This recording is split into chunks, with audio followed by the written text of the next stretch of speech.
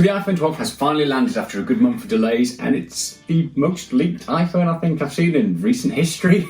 I mean, we pretty much knew what was coming from, I guess, this time last year, but alas, it's here. And in this video, we are going to address a couple of things. A few things to look out for if you're considering buying these iPhones, a couple of the key differences to take into consideration, and also Liam has got a sneak peek, hands-on impression and unboxing as well for us, so stay tuned for that. So before we get started, hit the like and subscribe button, and let's dive right in, shall we? So what's different with the iPhones this year? And the first thing that'll strike you at first glance is the fact that they've gone for a new/old design. So they've gone back to that boxy, kind of squared off edge design and flat screen, which I personally really like. So industrial design, very much like you get on the iPad Pros and the new iPad Air, and very similar to the old iPhone 4s and 5s. So if you're a fan of that, you know what, that's something that is really nice. Apparently it's much easier to hold in the hand according to Liam. It feels smaller in the hand because of that squared off design, even though the iPhone Pro has got a little bit bigger. So other key changes are really focused on the iPhone 12, and that's where we see the biggest generational jump. So with the iPhone 11 and the iPhone XR before that, we've got an old LCD screen, and it got slated due to the fact it was much lower pixel density and the quality just wasn't as good, even though for most people looking at it wouldn't have seen a massive difference. The good news this year round is that the iPhone 12, which is your base model, if we exclude the iPhone 12 mini, comes with a screen that matches the iPhone 12 Pro, which, hats off to Apple, is really well done. So you get that same pixel density, it's an OLED display, it's bright, it looks fantastic. So across the board, those devices match. They also match in terms of dimensions as well. So both of the iPhones look identical. So if you go for the iPhone 12 or the iPhone 12 Pro, at first glance, they look pretty much identical. They're the same size. It's just the iPhone 12 Pro is a little bit heavier and it has an additional camera on the back as well. They'll use the same cases, they'll use the same accessories, so you don't have to worry about that buying the wrong thing at point of launch, which again is really handy. Other changes under the hood include the A14 processor, which is Apple's fastest chip inside of an iPhone. Bear in mind that the A13 chip still blows most of the competition out of the water. You know what, you're going to be getting a device that is going to be future-proof for years to come, so that is massively welcome as well. So that sounds all well and good, but what's the difference between them if they both look the same? Well, first thing is that the iPhone 12 uses an aluminium finish, so it's a sort of like a matte finish instead, which I personally prefer, versus the iPhone 12, which uses stainless steel finish. So it is going to be more resistant and just kind of take more of a knocking, but it has this kind of shiny, glossy finish, which I'm not a fan of, and it attracts fingerprints like mad. But again, tastes may vary. Other differences between them as well is that the iPhone 12 has an additional camera. So both devices sport a wide and an ultra-wide camera, which is really handy. But the iPhone 12 Pro has the telephoto lens on them. So if you're taking photos of something that's further away, you have that optical zoom, which comes in really handy. But also as well, if you're a fan of portrait, it uses that telephoto lens to aid with the taking of portrait photos, whereas the iPhone 12, you can have to do that through its software instead. The iPhone 12 Pro also has a LiDAR sensor, which is something that got launched in the iPad Pro 2020. Now, what that does, it's very similar, I suppose, to Face ID in the way that that kind of uses depth of field and everything to scan your face and get a really good map of that. And it's going to come in really handy for things like augmented reality applications. But better than that, when it comes to photography, it's going to really help out when it comes to autofocus, and also as well for portrait mode and other things like that. Both of the iPhones also include Dolby Vision, but one thing to take into consideration if you are using it for a lot of video is the iPhone 12 Pro will shoot in 4K 60 frames per second with Dolby Vision, whereas the iPhone 12 will only do 30 frames per second. Obviously, how much that matters to you is down to preferences and how much video you take, but the iPhone 12 Pro is going to offer an overall better photography experience in terms of still shots, portrait mode, and also your video. So that's some of the more technical side of it taken care of, but what does that actually mean in real life, and what would we recommend going for? Again, it depends on your needs and what you want from the iPhone, but this year round, it seems like the standard iPhone 12 seems like a really good deal to go for. It has gotten a little bit more expensive, and that's because of the inclusion of 5G across all of the models. Now, the benefit of having 5G on board of these, because you're not really going to see the benefit right now, but one of the nice things that Apple have done is they've included a future-proof 5G. So this will work with future generations of 5G as they roll out. Unlike some other devices you can get at the moment, which will only work with the current technology, but as 5G starts to evolve and we see different types of network infrastructure, the iPhone will be able to cope with that, whereas other brands and manufacturers don't have that future-proofing.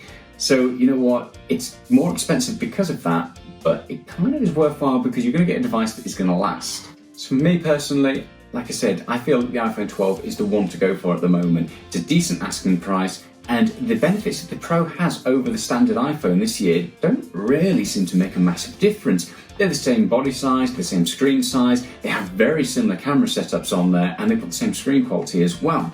The iPhone 12 Pro is for those people who are doing a lot of photography on the devices, but with the money you could save on it, you could probably get yourself a nice little digital camera or something like a DSLR. Now, I know you're not always going to have that with you, but if you're going to be going somewhere where you know you're taking a lot of photos, you could take that along with you, or the iPhone 12 is still going to get awesome photography shots on it.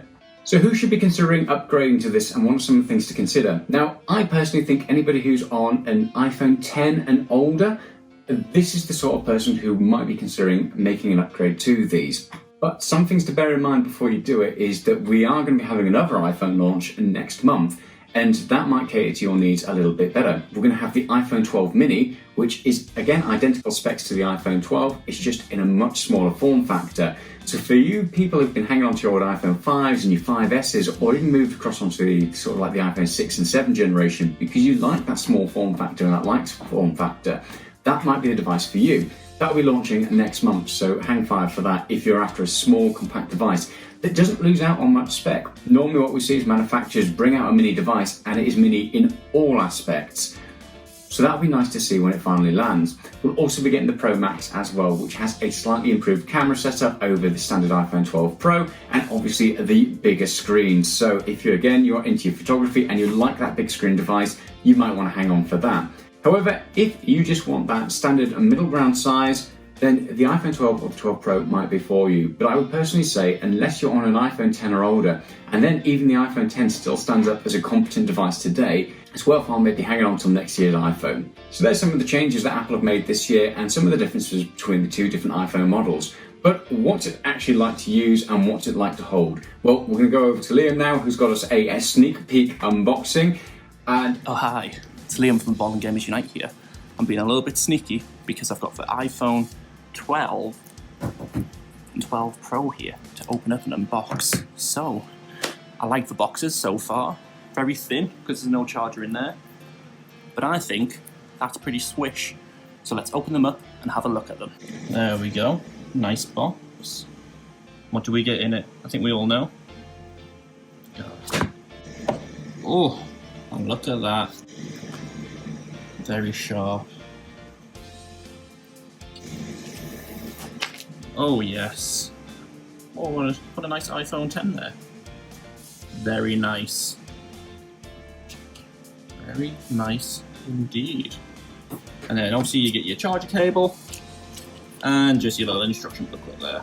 Always my favourite part, ripping the packaging off. Let's try and open this one. A lot easier. Oh, again, very nice looking. Do I like the colour? No, I don't think I do. Bit champagne-y. I do like the shiny gold on the edge though. That's very nice. So I take it everyone's excited to open the phone themselves, so let us know what you think about it. So as you can see from those videos there, it retains that same old iPhone design, but it now has the squared off edges and the flat screen as well. It makes it just feel that much smaller in your hand when you're using it and just more comfortable and natural to hold, unlike the curved edges beforehand. One of the other good things as well, it just makes it a bit more resistant because if you drop it on the sides or anything like that, you're more likely to hit the edge of the device rather than kind of nicking on the corner or the edge of the screen, which causes it to shatter. Now, obviously a good thing about the new iPhone is they have the new ceramic shield. And what that means is the screen is meant to be 4 times stronger and more durable than the previous iPhone models. So if you drop it, it shouldn't explode. Fingers crossed. But just consider one thing if you are kind of thinking, you know what, you don't need to go without a case or a screen protector. When they increase the durability of these devices, what tends to happen is it'll help it from cracking or smashing or shattering or anything like that. But what will normally happen is you'll still get those micro scratches on the device and you'll still get the scratches on the screen. So you probably are still going to want to have a screen protector or a glass screen protector or something like that. So just bear that in mind when you're buying your device. So when I finally got a chance to catch up with Liam about what he thought of the iPhone, like I said, his whole thing was it's easy to hold. It felt smaller despite it actually being a little bit bigger than the previous Pro. One thing that he really liked, or one thing that he felt that stood out between them, is that aluminium frame on the iPhone 12 versus the stainless steel on the iPhone 12 Pro. He just felt that it was already picking up the fingerprints on the 12 Pro and it was just a little bit too glossy. But again, that comes down to preference and whether or not you like that sort of thing. Both the devices felt and looked great, and he just liked the new design factor and the fact that the screen was flat on the top there as well. So it's all that sort of thing you'd expect from this. So as always, we're going to be attempting to get our hands on one of these to actually use it and run it for its paces, to do a couple of benchmarks, to do some photography tests for it as well, and to bring a full review. So stay tuned for that, and fingers crossed we'll be able to pull that off at some point in the very near future. Obviously, I hope this video has helped you in your buying decision when it comes to the iPhone 12 and the 12 Pro, and whether or not it's a device for you at the moment, or if you can hang on till next year. You know what, fingers crossed they do some big things next year, and we might finally see that ProMotion display, because I'd like a buttery smooth display on my iPhone, and it seems to be something that a lot of people have talked about, but who knows. So in the meantime, stay safe, hit that like and subscribe button, and we'll be back in the future. Ta-ra for now, bye.